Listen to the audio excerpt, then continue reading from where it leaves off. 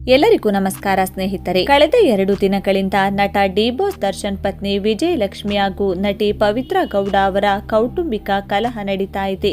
ಹೌದು, ದರ್ಶನ್ ಪತ್ನಿ ವಿಜಯಲಕ್ಷ್ಮಿ ಹಾಗೂ ನಟಿ ಪವಿತ್ರ ಗೌಡ ನಡುವೆ ಕಿತ್ತಾಟ ಶುರುವಾಗಿದೆ. ಇದೆಲ್ಲದರ ಮಧ್ಯೆ ದರ್ಶನ್ ಅವರು ಕೂಡ ಶಾಕಿಂಗ್ ಹೇಳಿಕೆಯನ್ನ ಕೊಟ್ಟಿದ್ದು, ವಿಜಯಲಕ್ಷ್ಮಿ ಹಾಗೂ ಪವಿತ್ರ ಗೌಡ ಅವರೇ ಶಾಕ್ ಆಗಿದ್ದಾರೆ.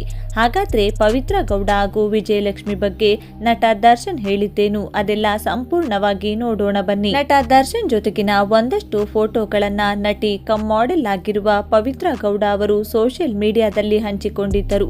ಅಷ್ಟೇ ಅಲ್ಲದೆ ಇದು 10 ವರ್ಷದ ಸುಂದರ ಸಂಬಂಧ ಅಂತ ಕೂಡ ಹೇಳಿದ್ದರು.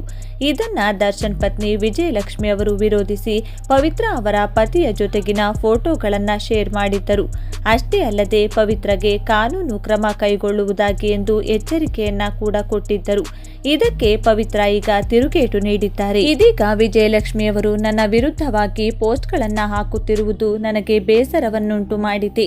ನನ್ನ ಹಾಗೂ ನನ್ನ ವಯಸ್ಕ ಮಗಳಾದ ಖುಷಿ ಗೌಡ ಬಗ್ಗೆ ವಿಜಯಲಕ್ಷ್ಮಿ ದರ್ಶನ್ ಎಂಬ ಇನ್ಸ್ಟಾಗ್ರಾಮ್ ಪೋಸ್ಟ್ನಲ್ಲಿ ಬಹಳಷ್ಟು ಜನ ಕೆಟ್ಟ ಭಾಷೆಯಿಂದ ನಿಂದಿಸುವುದು ನನಗೆ ಮಾನಸಿಕ ನೋವುಂಟು ಮಾಡಿದೆ. ನಾನು ಸಹ ವಿಜಯಲಕ್ಷ್ಮಿ ಅವರ ಮೇಲೆ ಕಂಪ್ಲೇಂಟ್ ಕೊಡುತ್ತೇನೆ ಎನ್ನುವ ಮಾತು ಕೂಡ ಹೇಳಿದ್ದಾರೆ.